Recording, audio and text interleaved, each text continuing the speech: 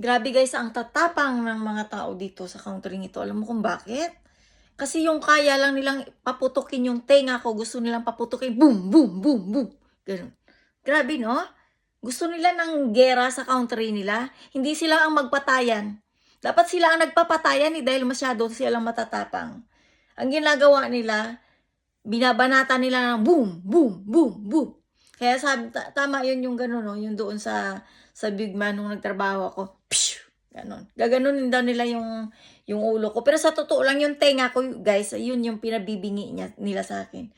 Boom, boom, boom, boom. Ganon.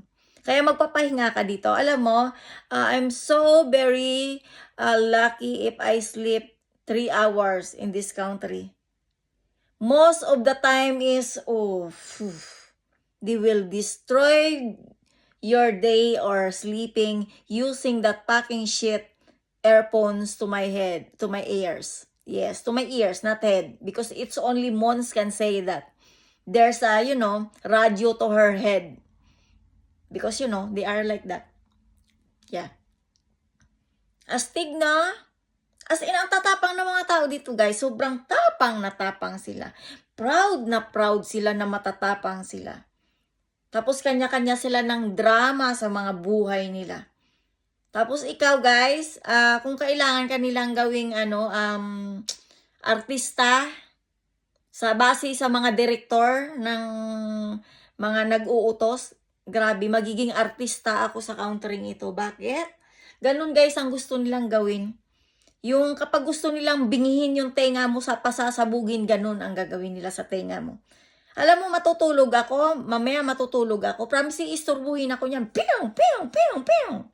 Ganun. Dapat pala dito, no, dapat pala dito sa country ngayon, ito pininahagisan talaga ng granada, no. Yung alam mo yung nagtatrabaho sila sa labas, wala silang peace of mind kasi hinahagisan mo ng granada. Dapat ganun pala talaga, guys.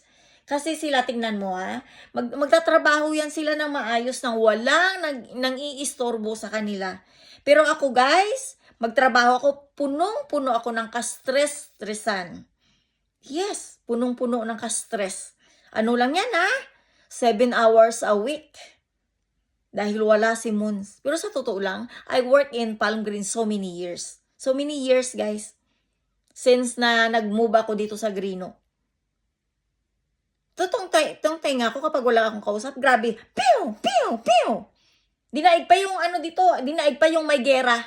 Alam mo, sa totoo lang, kung mag-wish ako ng isang bagay, guys, masarap talaga na may gera sa Denmark. Kasi ako ready na ako mamatay. Bakit?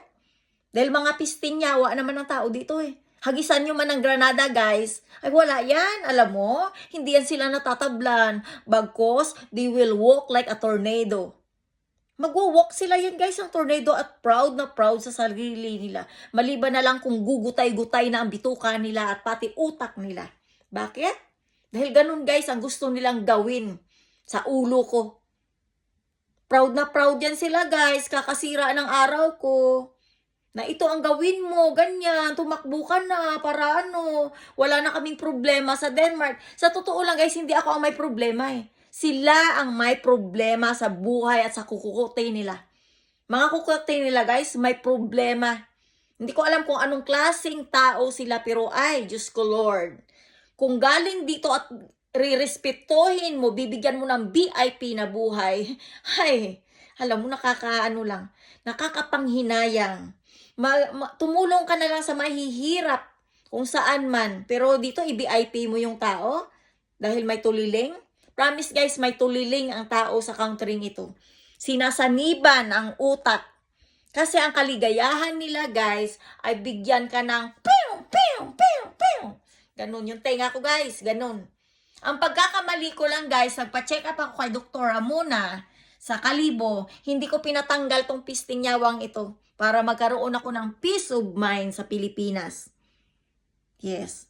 Pero ang pagkakamali ko, guys, bumalik ako sa countering ito. Isang biggest mistake that I came back to this country. That they have, biggest plan to make my life stress and miserable every day. How can you have a silent life here in Denmark? Their job is pew, pew, pew, pew, pew. It's talking about their packing wealth all the time. Wealth and wealth and wealth. You know what honest is? If I can bring my daughter away from here, going back to Philippines, yes, it's nice to tell them that I think all of your, wealth here, especially the land of this tornado land, country pride, I think you need to swallow. Why? Because honest is, I don't care to this fucking country. I'm shy that I'm still standing to this fucking shit country, guys. Yes.